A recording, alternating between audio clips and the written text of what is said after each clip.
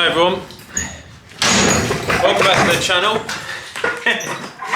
I thought I'd gotten out of this job today because my old wellies had broken, the muck boots I had, and as you can see down below, I went shopping earlier, got myself a new pair of Dunlops on your recommendation, everyone. So hopefully these boots will be a lot better. So it's not all glamorous jobs, unfortunately, all the time. These are the jobs you don't see, and if you help me out with today's video and give it a thumbs up, be much appreciated.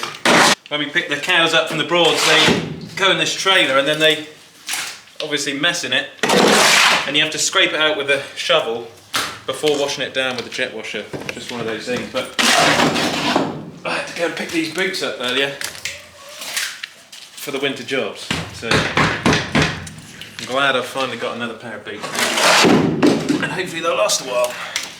And I do pay for my boots. Some people say, oh, you get free boots, you get free this. No, I do pay for most of the things actually from everything I earn, so hopefully that'll be worthwhile investment. Use a scraper as well.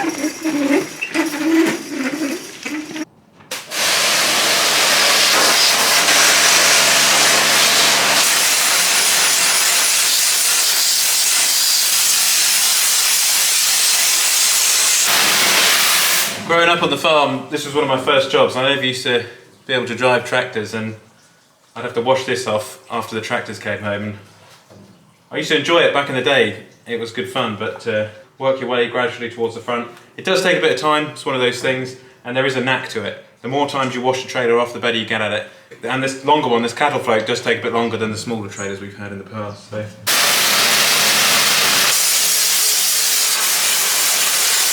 A couple of dents on these doors where the bull and the larger cows have just rubbed against these doors. It's a bit of a shame really, but it's just one of those things. Maybe they could make this out of a stronger material, but then the box would be even heavier. And if you remember the other day, I had this disc here, split in two. As you can see, it's now been welded. I picked it up, and that's the sort of job they've done. To be honest, not the prettiest weld in the world, but I do hope it holds and just does the job for now. I haven't got a welder. I did have one and it's broken. So maybe I'll find someone who just does welding and get some really nice welds in, but you'll have to leave a comment in today's video with a rating of what you think of that weld.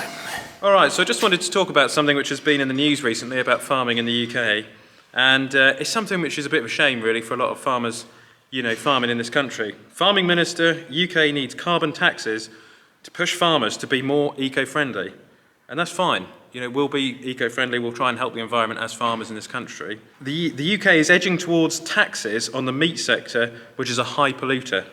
According to the Farming Minister, speaking to the Telegraph, Environment and Food Secretary George Eustace said the country must move into the realms of things like carbon taxes when existing EU agricultural subsidies are eventually phased out. The government is looking at a new tax system for food producers that contribute greatly to climate change, including meat and dairy. So as a beef farmer, the current Minister of the Environment and Food in the UK, George Eustace, is trying to implement or push forward a tax system for farmers. So trying to farm in this country is hard enough at the moment with the cost of production, but then you've got the government who's potentially trying to tax farmers for farming, and then it says here, officials hope this would slash carbon emissions and help UK farmers compete with post-Brexit imports. How are we going to compete against cheap imports when the cost of production is through the roof, farming subsidies are being phased out, and now they're trying to introduce a carbon tax on farmers? It just seems as though they may be trying to get rid of farmers in this country, which is a real shame, because here on this farm, we've got grass-fed beef and lamb, which are fed on the Norfolk Broads. They graze that every year. They then come back to this farm.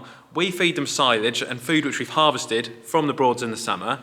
It's actually quite a low-carbon, sustainable model. And, you know, to be taxed on that wouldn't be great as a farmer, to be totally honest. We would really be looking at, changing our business model then, and probably, dare I say it, moving out of farming. If it gets that bad. We've already had a big problem this year. They're trying to remove subsidies. They're being phased out at the moment. And then, they're importing cheap food. Boris Johnson's just done this new deal with New Zealand and Australia for beef and lamb. How is that green? And now they're talking about carbon taxing UK farmers, whilst at the same time contributing hugely to climate change by importing all of this meat on these shipping containers, which run at, 250 tonnes a day, some of these shipping containers burn in fuel. And it's just unbelievable. And what this morning we've come up with, a solution, is we should be putting carbon taxes on the food coming into this country, and then give carbon tax relief on the farmers here producing the food, so that we can then compete against these larger countries who can produce food at a lower cost, such as South American beef from Brazil. Tax it to the hills. Tax it. Put the tax on the imports. New Zealand lamb, carbon tax it, because it's not that good for the environment for this country, because it's coming all the way from the other side of the world, and then it's got to be distributed here from when it gets off the shipping container, then it's got to go into lorries, then it's got to be packaged. Don't tax sustainable grass-fed beef and lamb, like on this small farm here, and lots of other small family farms in this country. Reduce the taxes for farmers here who are doing the environment a lot of favours, actually, producing meat and beef and lamb locally, as low a cost as possible. If they really cared about the environment, that's what they would be doing. And it just really makes me a little bit upset that, in this country, the people in charge are trying to bash the farmers here and help the big corporations and the huge companies abroad who are shipping in cheap food. We don't know where it's come from a lot of the time. The traceability is so difficult to prove. And, we have got the red tractor scheme here in the UK. So if you buy a piece of lamb or a piece of beef which has got the red tractor on it, in this country that it has come from a UK farm, which can be traced back to the farmer. Whereas, if you're eating a piece of chicken which has come from another part of the world, carbon tax it, because it's not as environmentally friendly for this country or for the world as we might be led to believe. And it would give the farmers in this country a fighting chance. If this was the carbon tax model they chose to go down, it would be a much better solution. I think a lot of UK farmers and farming families would be a lot happier. It would create a lot of jobs, a lot more jobs in this country, rather than somewhere else around the world where we don't know where our food's coming from. So a little bit of a shame of what's going on. Hopefully they will introduce the carbon taxes for the imports and not for the UK farmers, because I think placing a carbon tax on farmers who are trying to produce low-carbon grass-fed lamb is not the right way to go, because the most logical solution would be to actually produce food here, to go back in time, produce everything here, produce it locally, have some farm shops, break up the large corporations, these huge supermarkets, try and get the little farms going again, and maybe that's what will happen in the future. So, farming has always been up and down.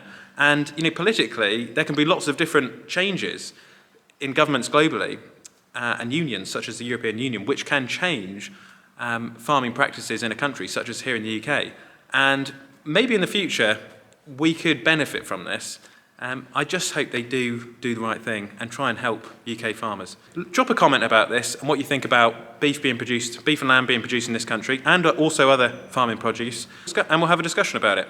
Thanks for watching today's video. Be positive, keep liking, keep subscribing, and I will catch you on the next one.